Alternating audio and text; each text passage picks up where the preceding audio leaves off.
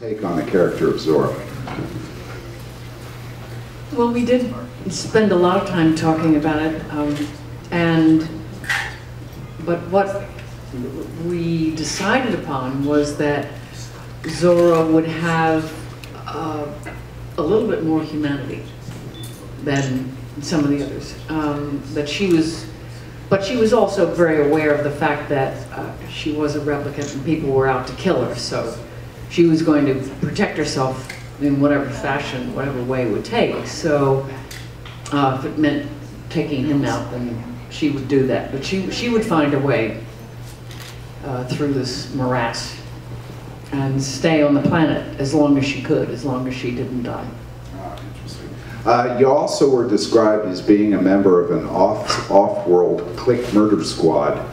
And did anyone ever describe that to you? Were you like an assassin who used sexual allure as part of her arsenal, or? Absolutely. I totally did. And you know, replicants were really programmed in, you know, they were very compartmentalized. That's why we just, you know, slid in a little humanity. When I went through the glass, there was a little tear coming down my face. But aside from that, we had jobs. You know, we were given very specific jobs. So yes, that was part of it, definitely. All right, and now Katie. Katie has a very interesting history. I mean, Katie has. I hope you all come tomorrow for the panel that we're doing on Sam Peckinpah, because Katie was Sam Peckinpah's personal assistant, and also worked on all the movies from Straw Dogs through the 1970s with Sam, and has some wonderful Peckinpah stories, and is also one of the producers of a great documentary called Sam Peckinpah, Man of Iron, that we'll be showing too. So any of you that saw The Wild Bunch, or Pat Garrett and Billy the Kid, or The Getaway, you know, she is the person. I was there. She was there. She was there for it all. But, you know, just before you worked on Blade Runner, Katie, you had worked on The Deer Hunter with Michael Dealey, right, and as a production executive. And when you first came in on Blade Runner, I mean, what was the talk about the project? I mean, what was the, I mean, obviously you're getting someone like Ridley, who's hot, who's done Alien and all this, but what was... We've got to go back. We've got to go, there was Blade Runner came on board. Oh, no, I know that, but my question being was that, when a finished, or at least a script that you could work with from Hampton, what was the overall thought of what kind of film you were really trying to make? Well, the script that Hampton Fancher wrote was very much along the lines of the book, where it was surreal, the Joanna Dream of Electric Sheep, etc., etc. And when Ridley came on board, he wanted to make it more of a detective story, and which is when David Peoples was brought in to write, you know,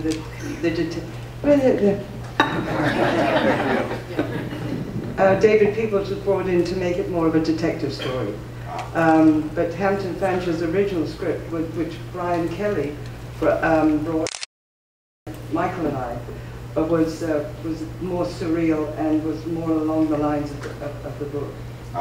And the first director who came on board was Robert Mulligan, not Ridley Scott.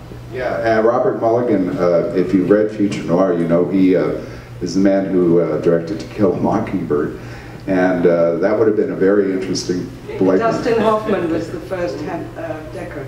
Yes, and Dustin Hoffman was, yeah, the first one who was actually in the negotiations and talks for, what was it, about 3-6 months or something like that. But he wanted to make this, the script more, he had, you know, Dustin is a very creative actor and a very smart writer himself, and he wanted to bring in more different sort of cryogenic aspects of it. He wanted, you know, Terrell to be, you know.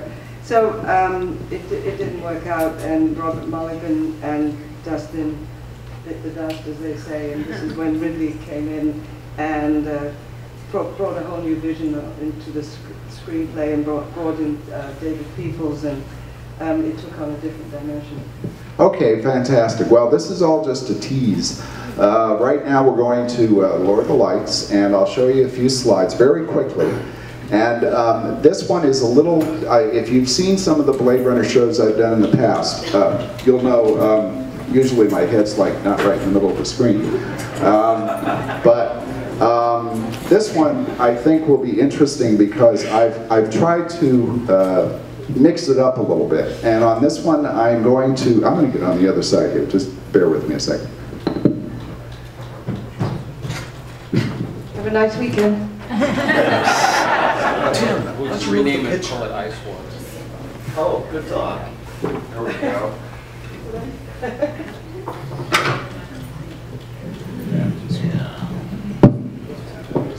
Particularly since we had Tim Powers here joining us. Of course, we will mention Joanna and Katie, who are both in this thing coming up. But I thought for once we would pay a little bit of homage to the source author, Philip K. Dick. And if you're patient, now a few of you may have seen this shot before, but it is fairly rare. At the very end of this, you will see the moment that the lights came up in the screening room at BLDG, which was Entertainment Effects Group, the people that did the special effects for Blade Runner, when Ridley Scott ran the footage for Philip K. Dick. And it's literally taken the moment the lights come up, and you'll see what Philip K. Dick's expression is. So, and this is something that I don't think a lot of people have seen before. Okay, if we can get rid of the, there we go. That's good enough. That's good. Advance. I think it's going to have to be manual. Okay, here's the famous. Others, of course, if you've seen any of the Japanese and or Italian or Spanish or whatever, but this has become, of course, the iconic one sheet for Blade Runner, which still resonates 30 years from the date that it was first released in June of 1982. Okay, next slide. And this is the book that I wrote in 1996 about the making of the film. I'm very happy to say that it has never gone out of print.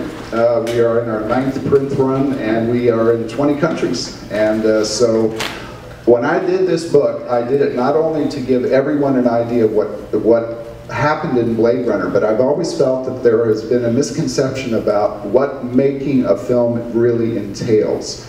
And so as someone who had been in the business for about 17 years at this point when I wrote this book, I decided to have a secret agenda to tell everyone what actually happens, the steps that you go through to make a movie, you know, the triumphs, the disappointments, the setbacks, everything else. So if you ever read it or read it again, that's my little secret subtext. Okay, the next one, please.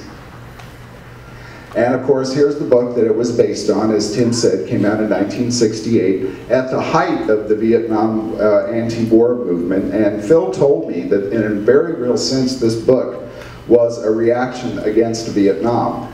And he felt that it was, we were turning into a nation that was soulless and emotionless. And when Phil was doing research in the closed stacks of UC Berkeley for The Man in the High Castle, he happened to come across a Gestapo officer's diary who was at a concentration camp. And one line leapt out of him, and it was, "We are kept awake at night by the cries of starving children." And he said any man who could write that and complain about not being able to get to sleep because they were starving kids was not human. And that was at the back of his mind when he created the Andes and or the replicants for both, you know, Electric Sheep and in Blade Runner. Okay, go ahead. And here's the, this was after the screening of Philip K. Dick there on the right and Ridley Scott on the left, the day that Phil actually saw about 15 minutes. It was actually the first 2 reels of the picture. He saw it up to the point where Deckard goes into Eldon Tyrell's office and meets Rachel, okay? And as you can see, they're very happy. Now what you don't know is that just prior to this, they were in a closed door meeting for an hour that everyone could hear their voices from about 4 corridors down.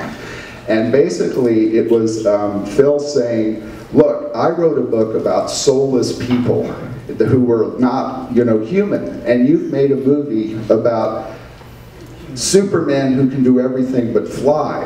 And you've given them souls. And he thought that that was like a fundamental difference between the two approaches. And he said, can't you change it?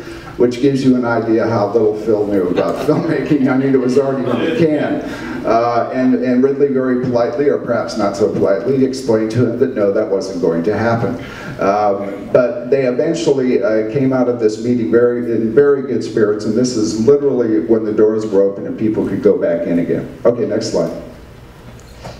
And of course, here's a triumvirate. In 2009, I was fortunate enough to be invited by the British Film Institute to go to London to host a Blade Runner Day.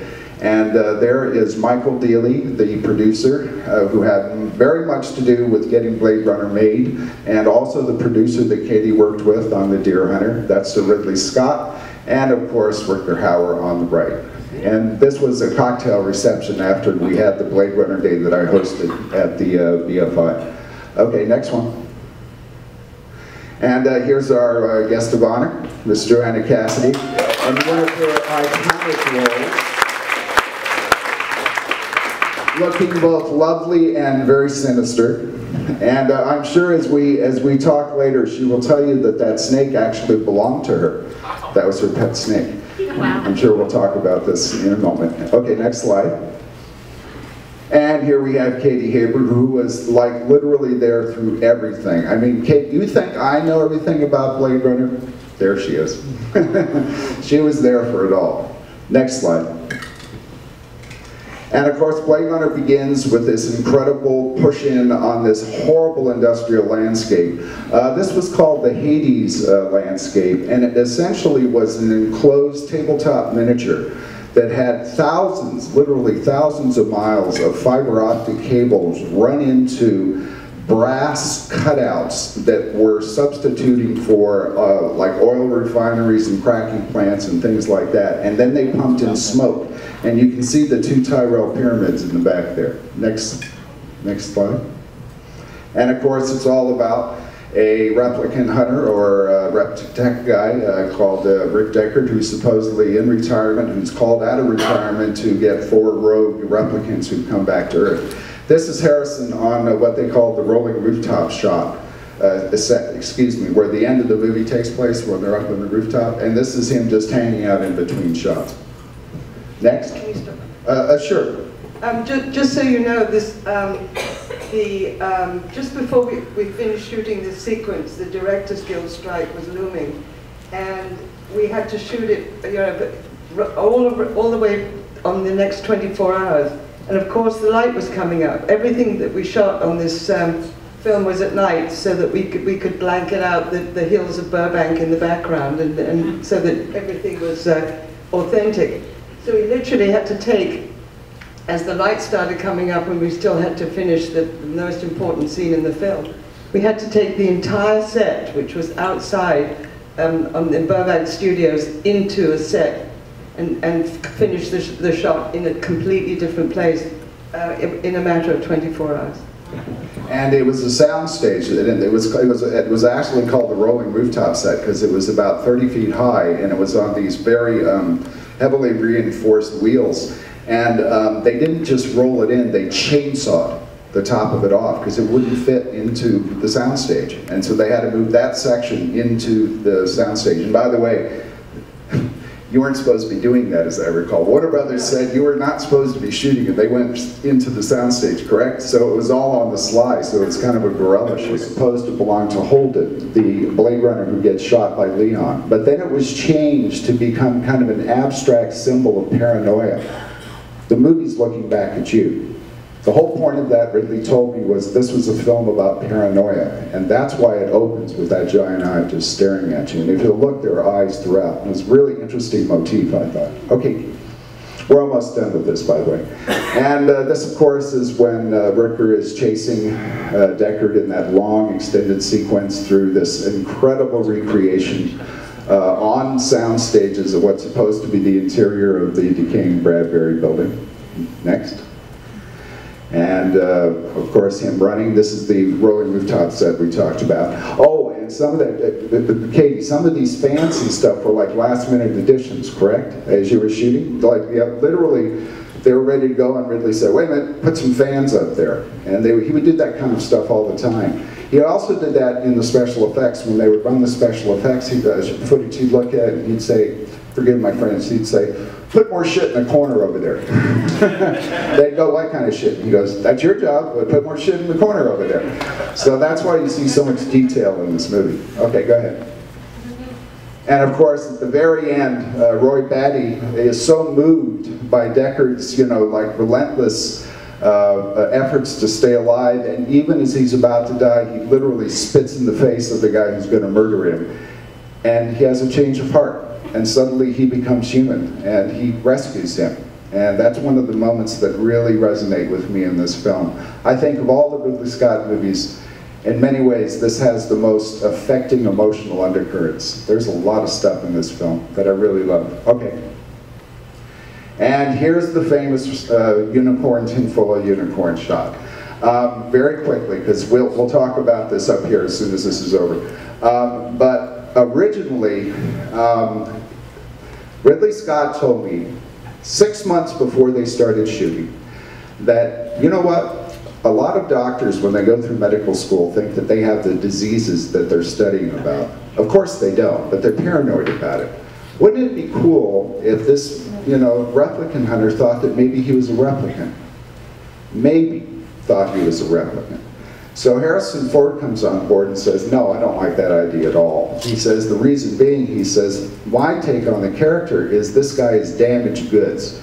He's an alcoholic, he's cut himself off from the rest of the world, he's totally burnt out, and yet he rediscovers humanity by hunting these synthetic people. That's going to completely obliviate everything that I'm trying to do if you make him a replicant as well.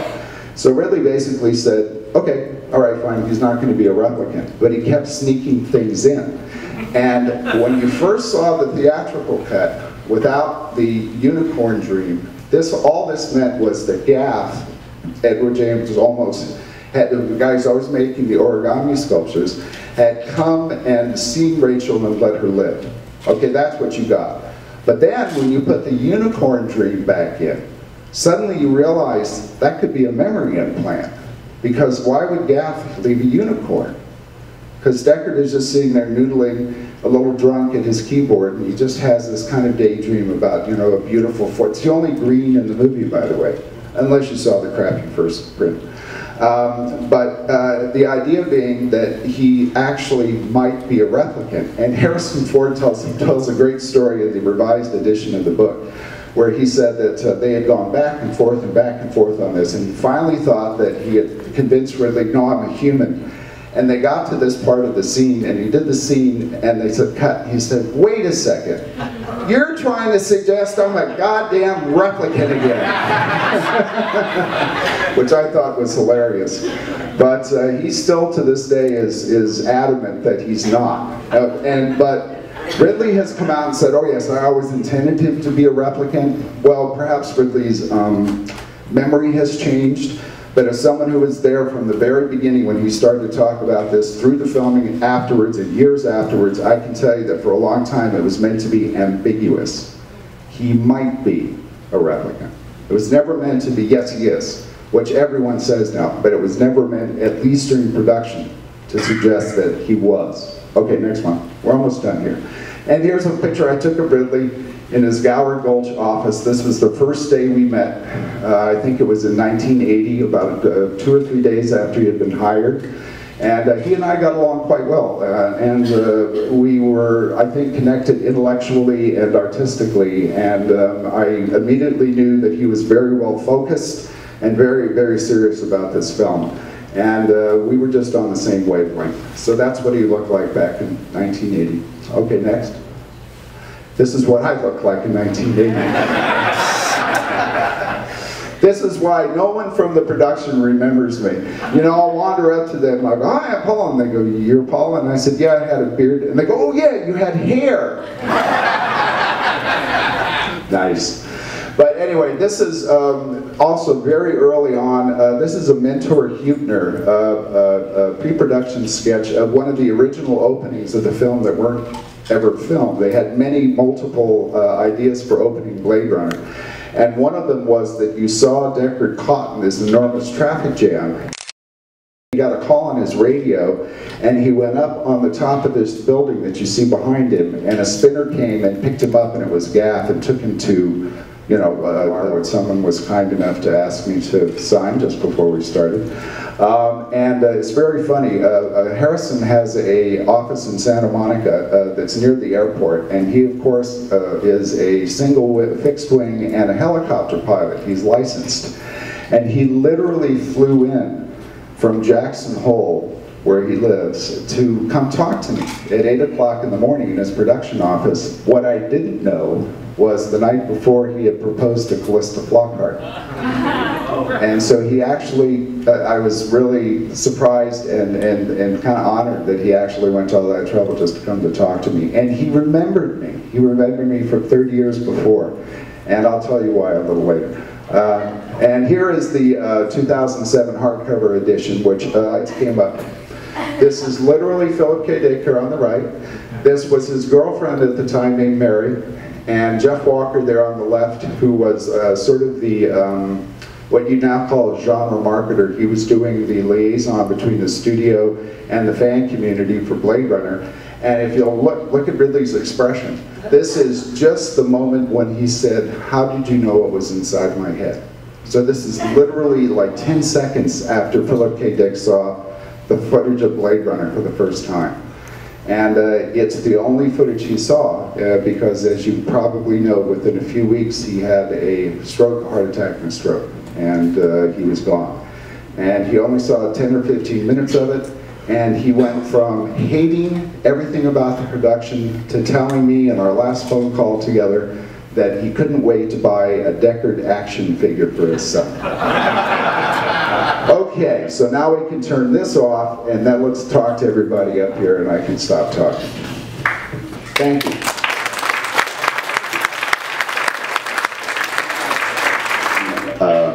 Strongest things he felt about was exactly the environmental issue, because he was on the same page. He thought that we were destroying the earth.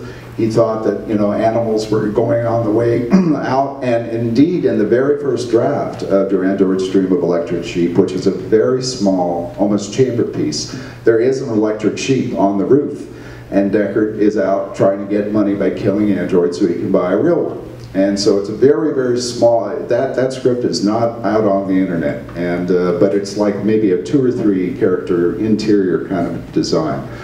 As the project widened and became bigger and got more into it, the thread of the animals, you know, sort of started to drop by the wayside. But if you'll notice, Zora has an artificial snake, and the owl is supposed to be artificial, right? And when they go to the market, you see the ostriches that run by, and they're supposed to be artificial. So that whole idea of the you know, the animal kingdom, you know, being essentially wiped out by over-urbanization and mechanization is still there, but it's submerged to a great degree. And also, it was one of the things that Hampton was quite unhappy about losing as the thing progressed. Post-nuclear Holocaust LA. That's why there's no animals left as well. Ah, interesting, interesting. Yep, in the back there. There are scenes that I've seen with Holden that have been filmed. I just wonder, were there any actual scenes that were filmed of the replicant Mary, the mother replicant?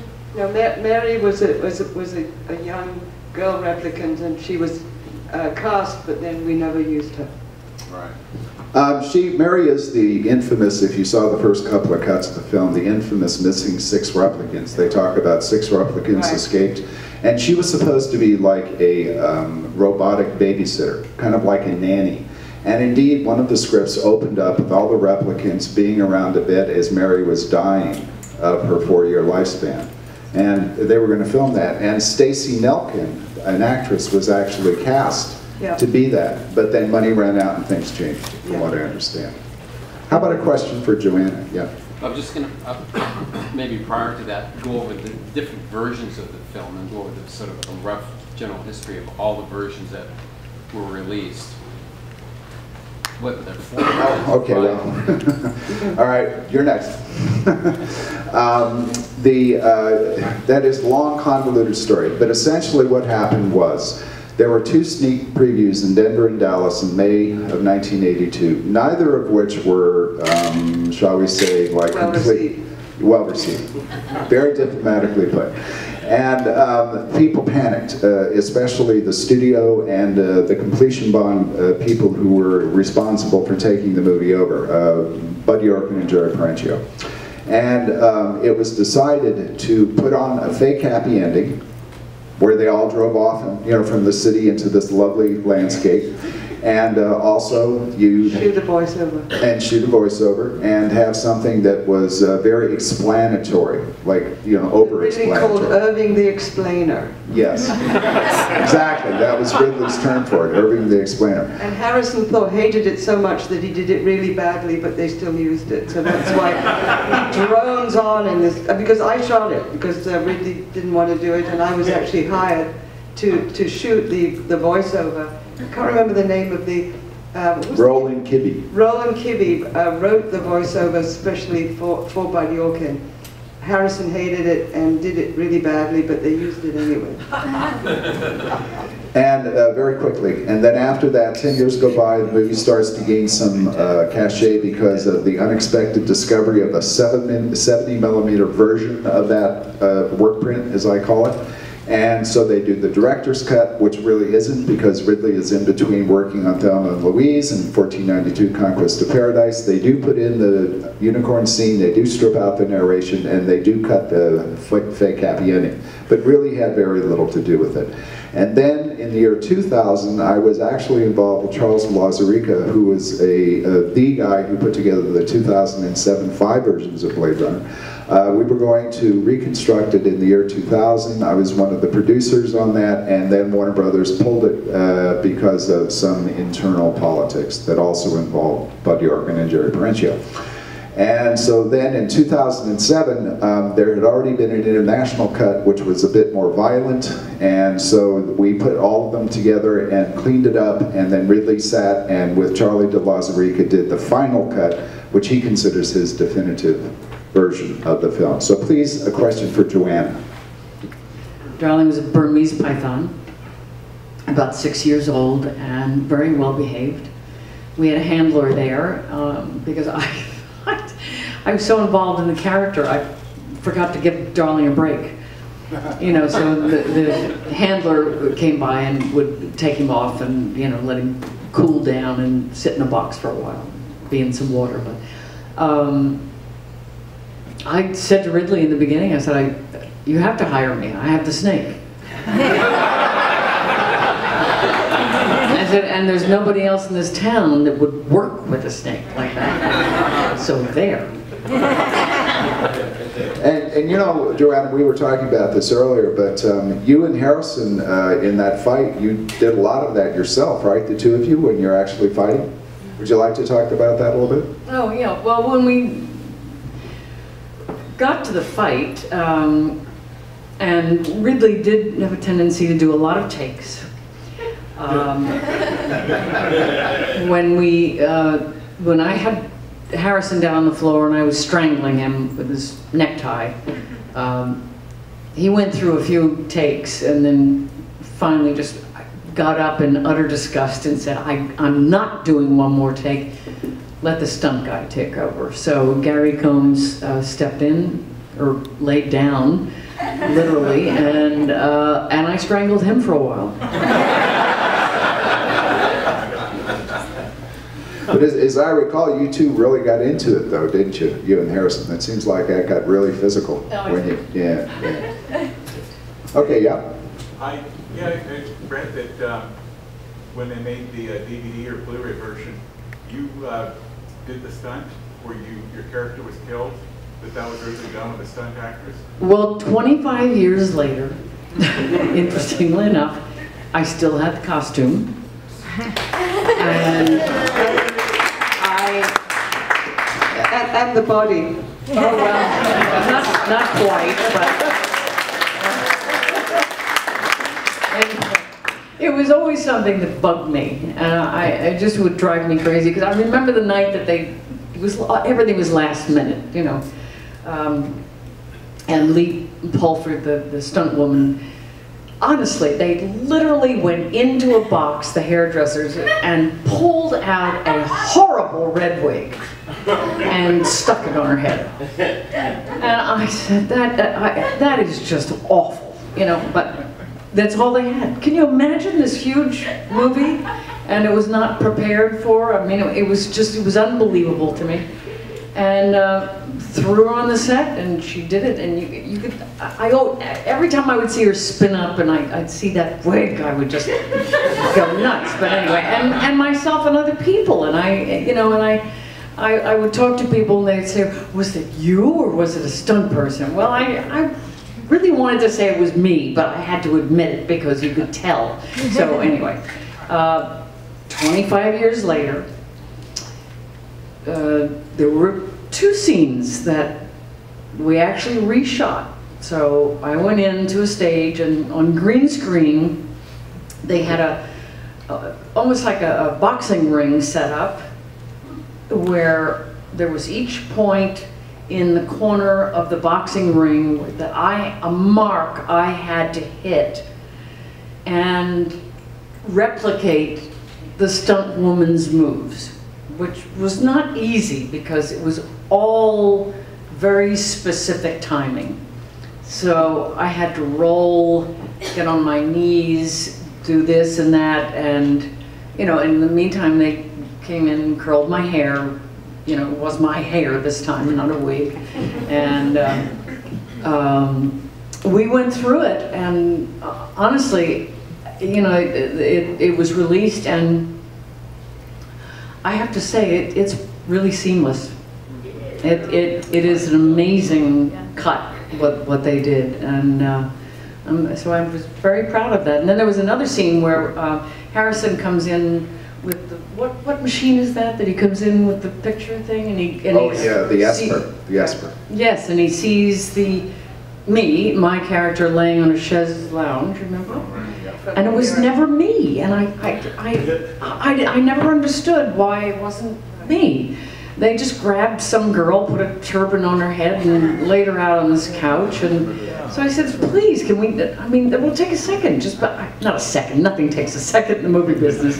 But anyway, we reshot that as well, and I said, I'm very happy with how it came out. And I like a square, slightly anamorphic, but BladeRunner was shot like 2.5, which is like ribbon size. So what they had to do was they had to optically stretch that footage from The Shining so it would fit the format of the film. And if you had actually shrunk it back, you would have seen Jack Nicholson's little Volkswagen going up the mountain, because it was in about 5 or 6 of those shots. And so they actually just squoze it out so that they lost it, which I thought was kind of funny.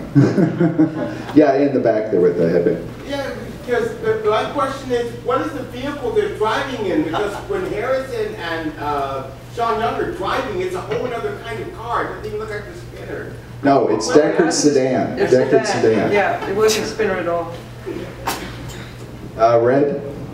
Hello. They wash off of you in sections in the film, but I was wondering, how long did it take to glue all those little scale sequences onto you? Oh. Well, that took quite a while.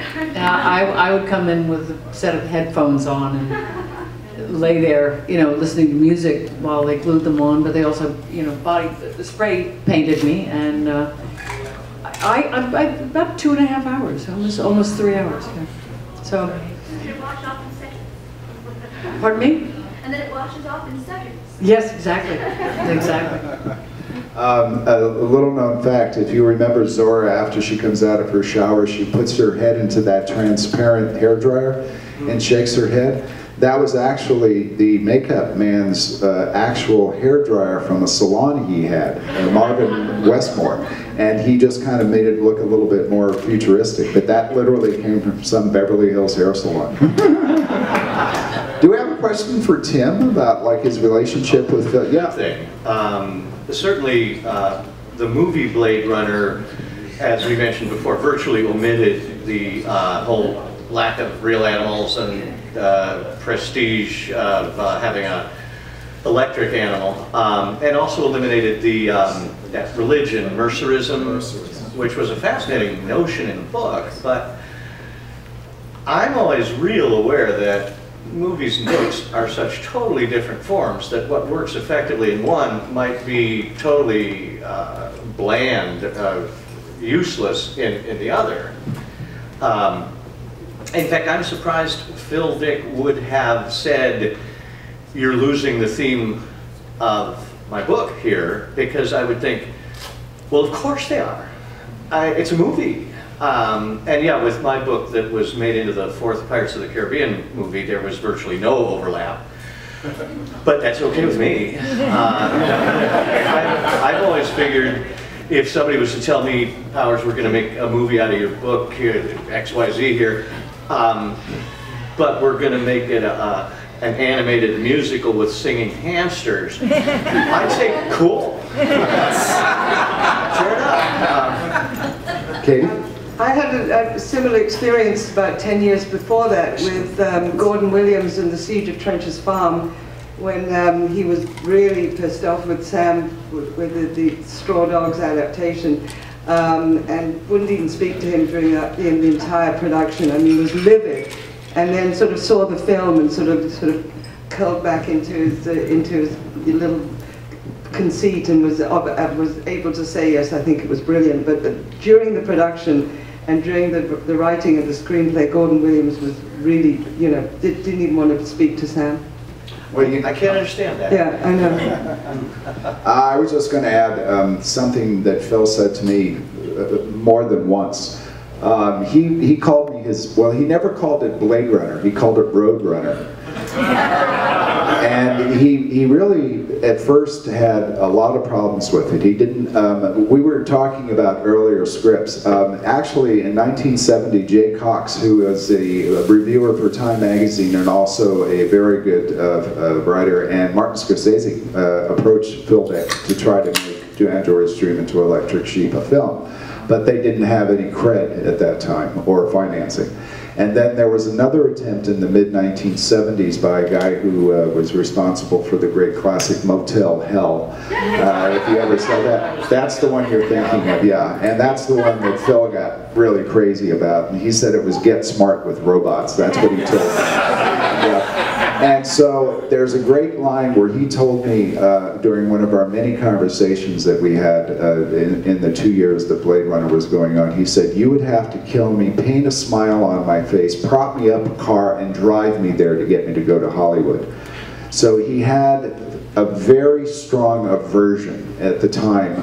I think he thought that there were, I'm sure, I mean, there was a part of him that really would have enjoyed the prestige and of course the money that came in from that kind of thing, but he was philosophically antithetical to the whole process of filmmaking and the attitudes and whatnot. And yet, as the thing progressed, he'd call me his Roadrunner spy, and he would call me up at like 2, 3 in the morning, and he'd say, well, what are they doing now? I mean, how much are they screwing it up, And I'd say, Phil, I said, you got to understand, I said, it's a different medium, and I said, I think really you're going to find a lot of the themes that you're actually interested in are still in there. For instance, what is human? Yeah, exactly. What does it mean to be human, which is one of his biggest things, alternate worlds and alternate realities and ways of seeing things. Because I've always thought of Blade Runner as not a realistic projection of the LA of 2019, but kind of like an alternate history. Sort of like a parallel universe that, could have happened anywhere, this completely kind of false world that was created from the ground up. And yet, even though they are so far apart, if you look at the two of them thematically, both Electric Sheep and, Blade Runner, there's a great deal of similarity. And I think that's one of the reasons why Phil eventually did the 180 towards the end of his life and said, you know what, they didn't do such a bad job.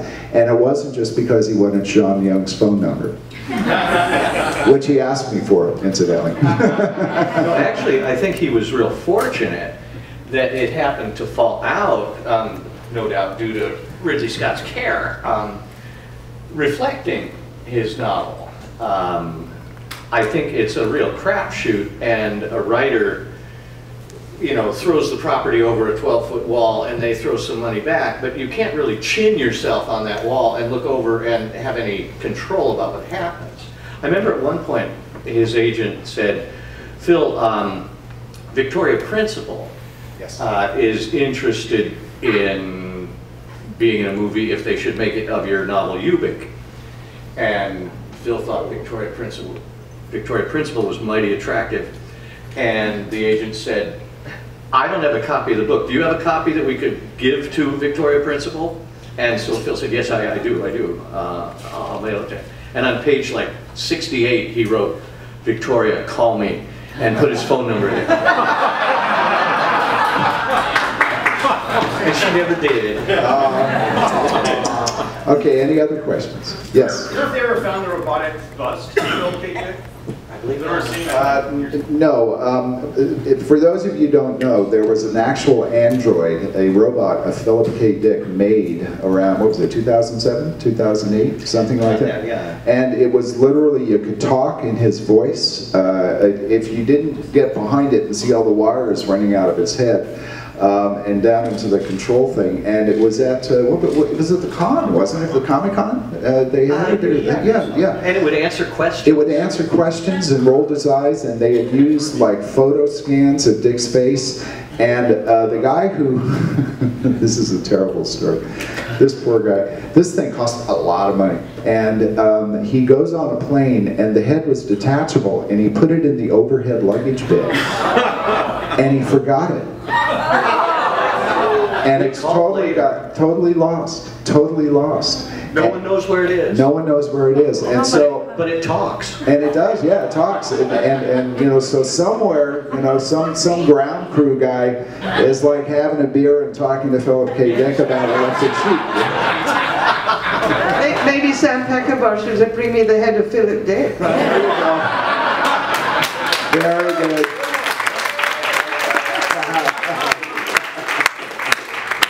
Yes, sir. I guess it's a question for either Katie or Paul. I'm a studio recording musician, and when the choice of Vangelis to use that music, which is inspired. Writing as Ridley was filming, and every time Ridley did a different cut, Vangelis had to rewrite the music. And by the time the film was finished, he was so pissed off with Ridley recutting and recutting that he refused to do the soundtrack album, which is the biggest tragedy of all, because it would have been brilliant. That's why the soundtrack album is the Jack Ellis Orchestra. But Vangelis was always Ridley's choice right from the start. Yeah, and that's something that's little known. I mean, because a lot of people have always wondered, why did that, you know, soundtrack not come out at the time? It was actually the New America Orchestra, as I recall. And but then Vangelis has released bits and pieces of it over the years. But for those of us who, how shall I say this, work in the gray market, or collectors, there are numerous bootleg, very high quality, complete Blade Runner soundtracks out there. But I never told you that. Another? What do you think, Tim? Oh, how are they? Yeah. Well, I think the most effective ones have been ones derived from a Phil Dick short story, because a short story can effectively provide a springboard for a movie, and then the script can go where it wants. While if it's based on a novel, there's at least some expectation that it'll follow the actual novel. So I think things like Minority Report were real successful, quote, adaptations, unquote, because they're movies that sort of just use a Phil Dick movie as a springboard. An example like Scanner Darkly, I think it was kind of restricted by being so faithful to the book. And also, you know, oddly enough, I think the animation in a Scanner Darkly, although it's superb, actually removes you from the story. Yeah. There's another one coming out shortly that John Simon directed called Radio Free Albemarle. Oh, yeah. Yes, that's right. Yes, that's right. Yes. Yeah, there was a Philip K. Dick festival up in excuse me, last month up at San Francisco State University, which I attended. And it was more of an academic type of thing, and I did see it, and yeah, it's worth seeing. It's definitely worth seeing. How about a question for our lovely Joanna up here?